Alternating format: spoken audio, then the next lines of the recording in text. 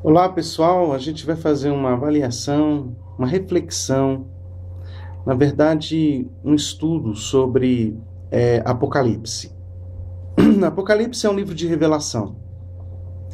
Ele vai revelar as coisas que há de vir, mas não, quando Deus dá a revelação das coisas que há de vir, a ideia de Deus não é aqui ser um vidente correto dos últimos dias. Não, essa não é a ideia de Deus. Embora muitas vezes a gente leia Apocalipse com essa ótica, né? Por esse viés. A gente se detém na ideia de que Deus, de fato, quer jogar o futuro para a gente, nos trazer a revelação do futuro, para que a gente possa se sentir mais seguro. Mas não é muito bem isso, não. A ideia de Deus ao revelar a João Apocalipse é Deus querendo ensinar para o homem que aquilo que ele começa tem um fim. Que o seu propósito não está perdido. Que Deus não cria nada para ficar solto. Que há um fundamento, que há um propósito, que há uma realidade sendo executada a cada dia. E que não há nada e ninguém que impeça a sua vontade de ser realizada. Portanto, o Apocalipse nos fala da soberania de Deus. Nos fala da preocupação, do zelo desse Deus. Deus é zeloso. Então, o Apocalipse nos fala sobre isso. Eu quero ler com vocês, então, Apocalipse capítulo 1, mas antes de lermos, eu queria orar com você, pedindo a direção do Espírito para esses momentos que nós vamos estar estudando, avaliando juntos Apocalipse. Pai, agora em nome do Senhor Jesus, eu peço que o Senhor seja o professor, que o Senhor seja o mestre que vai ensinar, não apenas no intelecto, mas também no coração, ministrando a essa vida que está ouvindo agora. Toca, Senhor, o coração deste aluno, que ele possa ser cheio da Tua presença, cheio do Teu Espírito, e que haja revelação do céu sobre a sua vida, em nome de Jesus. Amém. Bem, então diz o verso 1. Revelação de Jesus Cristo, que Deus lhe deu para mostrar aos seus servos as coisas que brevemente devem acontecer. E enviando-as pelo seu anjo, as notificou a seu servo João, o qual testificou da palavra de Deus e do testemunho de Jesus Cristo, de tudo quanto viu. Bem-aventurado aquele que lê, e bem-aventurados os que ouvem as palavras desta profecia e guardam as coisas que nela estão escritas, porque o tempo está próximo. Note que a ideia aqui é falar da revelação de Jesus. Mas que revelação de Jesus é esta? A revelação que Deus lhe deu. O Pai revela a Jesus. Por que o Pai vai revelar a Jesus? É bom a gente notar que o Pai revela a Jesus porque Jesus, ele é o mistério de Deus revelado. A Bíblia diz que Cristo é o mistério revelado em nós, esperança de glória. Cristo em nós, a esperança da glória. Então o mistério foi revelado. O mistério precisa ser revelado em Cristo agora. Bem, antes do pecado, o Senhor se revelava diretamente a Adão. Mas depois que o homem pecou, toda a revelação se filtra em Cristo. Então eu só posso entender a revelação do Pai via Jesus. E ele diz isso muito claro. Eu sou o caminho, a verdade e a vida. Ninguém vem ao Pai senão por mim. Quando ele fala ninguém vem ao Pai, ele não está falando apenas de conduzir-nos ao Pai fisicamente, mas ele está falando de que toda a revelação, todo o entendimento, todo o discernimento do Pai é via ele. Nós só podemos chegar ao entendimento, ao discernimento do Pai via Jesus. Por quê? Porque ele é a expressão exata do Pai. Então Jesus é tudo o que nós podemos e devemos conhecer sobre o Pai. É por isso que a revelação foi dada do Pai para Jesus, e agora Jesus vai entregar, vai revelar a João, ao anjo, né? E o anjo, então, vai entregar a João. E aí João, então, vai entregar aos servos. Bem, quem é, de fato, os detentores dessa revelação. Quem é que tem que entender essa revelação? Quem é o objeto final desta revelação? Os servos. Mas que servos? A igreja. Então a igreja, essa carta de Apocalipse, esse livro de Apocalipse, foi escrito para a igreja, para nós. Então não é algo que nós não devamos saber, pelo contrário, é algo que nós precisamos saber. Tem muita gente que acha que Apocalipse é um livro que nós não devemos estudar porque é para os estudiosos, para os teólogos. Não, queridos, é um erro, é uma falha você entender isso. Nós precisamos entender que Apocalipse é para todos, desde o mais culto, do mais entendido, até a criança. Todos precisamos ter a revelação de Apocalipse, ter o discernimento de que Apocalipse é um livro que nos fala da realidade do reino de Deus para nós e para a igreja hoje. Então, vamos entender um pouco como funciona, por que Apocalipse é tão importante para a igreja. Ele vai dizer então: bem-aventurados aquele que lê e bem-aventurados aqueles que ouvem as palavras desta profecia. É ouvir, é ler, ouvir. Ouvir significa entender. Ouvir significa absorver. Se você quer ser bem-aventurado, se você quer ser feliz, preste atenção. Ouça esse estudo. Ouça essa palavra de Apocalipse. É o que diz o texto. E ele diz assim: os que ouvem, o que lê, os que ouvem e guardam as coisas que nela está escrita, porque o tempo está próximo. Bem, quando a gente estuda Apocalipse, a gente vai ter o discernimento de que o tempo está próximo. Talvez você fale assim, mas que tempo próximo é esse? Que já fazem mais de 2000 anos e até agora Jesus não voltou. Mas quando ele fala próximo, ele não está falando que está perto, no sentido de vai acontecer naquele momento, nos dias seguintes, ou no mês seguinte, ou no ano seguinte. Quando ele diz que está próximo, ele está falando que são os próximos eventos que acontecerão na história.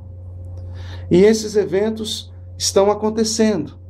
Apocalipse é um livro que vai sendo folheado a cada dia que passa, até o dia da volta de Jesus, até o dia em que a nova Jerusalém descerá do céu, e nós habitaremos nessa Jerusalém para todo sempre. Ah, queridos, que glória! Sabermos que nós estaremos habitando em Jerusalém para todo sempre, sabendo que o tabernáculo de Deus com os homens estará para todo sempre. Fantástico isso, né? Então, João 4, ele diz: João, então, cumpre esse chamado de levar essa carta, de levar esse livro às 7 igrejas. E aí ele vai às 7 igrejas que estão na Ásia, e então ele endereça dizendo: graça e paz da parte daquele que é, que era e que há de vir. Quem é o que é, que era e que há de vir? Nós estamos falando aqui do próprio Adonai. Nós estamos falando aqui do Senhor. Talvez você pense comigo o seguinte, você diga: mas pastor, não é que o que há de vir não é Jesus? Quem há de vir não é Jesus? Jesus há de vir, mas o Pai também há de vir. Deixa eu te explicar. Você não vai conseguir entender Apocalipse se você não entender Gênesis. A voz passeava no jardim e o Senhor vinha à viração do dia pela voz e se encontrava com Adão. Mas depois que o homem pecou, a voz parou de passear no jardim. Porque o pecado interrompe o propósito, está entendendo isso? Mas o fantástico de tudo isso, queridos, é porque quando Deus, então, chama Moisés e o povo de Israel, Deus vai falar a Moisés uma coisa: Moisés, esse povo eu escolhi para habitar no meio deles. Mas não é exclusividade do povo de Israel. Israel era o que Deus queria fazer com as nações. Aliás, nem Israel conseguiu cumprir isso, porque Israel mergulhou no berço de pecado também. Mas não todo Israel. né? A gente vai ter o Cristo, o Messias, que não mergulhou nesse poço de pecado, que ele venceu e por isso ele fez com que as promessas de Deus a Israel se mantivessem. Estão entendendo isso? Porque Cristo se manteve intacto. Porém, eu quero que você entenda que Deus não queria apenas abençoar, não quer apenas abençoar Israel, mas através de Israel ele quer abençoar as nações da terra. Através de Cristo ele quer abençoar as nações da terra. Entende isso? As alianças que Deus fez com Israel, na verdade, ele não queria fazer apenas com Israel. Ele quer fazer com todas as nações. Deus quer que as nações da terra estejam com ele. Você vai ver isso em Apocalipse muito claro. Todos os povos, tribos, línguas e nações, eles vão adorar o Senhor. Você vai ver que o reino do mundo se tornou do Senhor e do seu Cristo. Então ele vai reinar sobre o mundo, ele vai reinar sobre as nações, ele vai reinar sobre toda a terra. Cristo, então, quer reinar sobre as nações da terra. Por isso, é importante a gente entender que não é apenas Cristo vindo, mas o propósito de Deus com Israel era habitar no meio deles, o próprio Adonai, o próprio Pai, habitar no meio do seu povo. Porque Deus é um ser relacional, Deus é um ser comunitário, ele não gosta e não quer viver só. É da natureza de Deus viver em comunidade, é por isso que ele criou a igreja. Então ele vai e fala assim, olha, eu vou me revelar, mas eu vou me revelar uma igreja. Jesus fala, olha, eu vou estar presente, mas eu não vou estar presente em um, eu vou estar presente onde estiverem 2 ou 3 reunidos em meu nome. Porque Deus é um ser relacional, Deus é um ser comunitário, Deus gosta de trocar figurinhas. Quando ele cria o homem à sua imagem, conforme a sua semelhança. Porque Deus quer alguém de igual para igual com quem ele possa se relacionar. A ideia de Deus é relacionamento. Então, aquele que há de vir, virá, é o Pai. O Pai virá para se relacionar, porque o Pai é relacional. E agora, não é apenas o Pai. A gente vai ter também aqui uma outra parte, né? A parte dos 7 espíritos que estão diante do trono de Deus.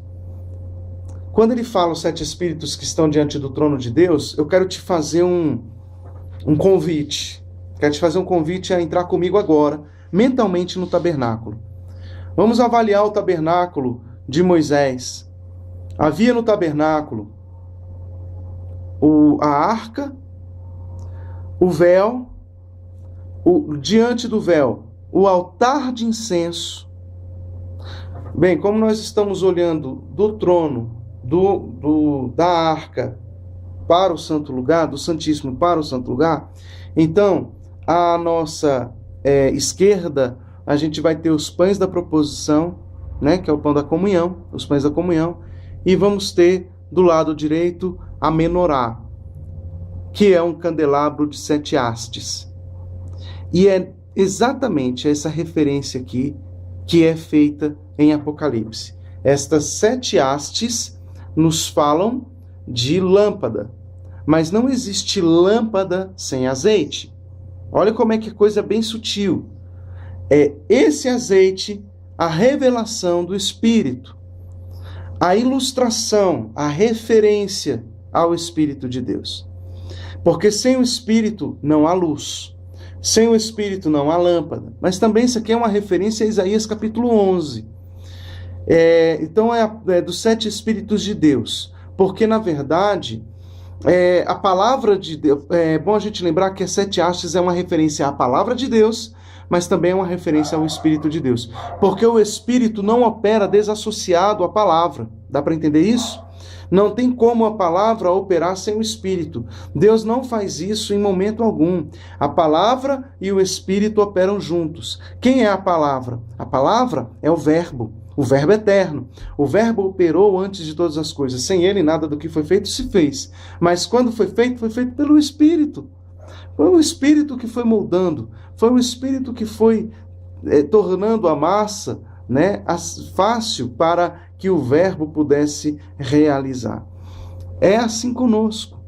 A palavra entra na nossa mente, no nosso coração, e o Espírito torna essa palavra vida. É o Espírito quem modela a palavra em nós.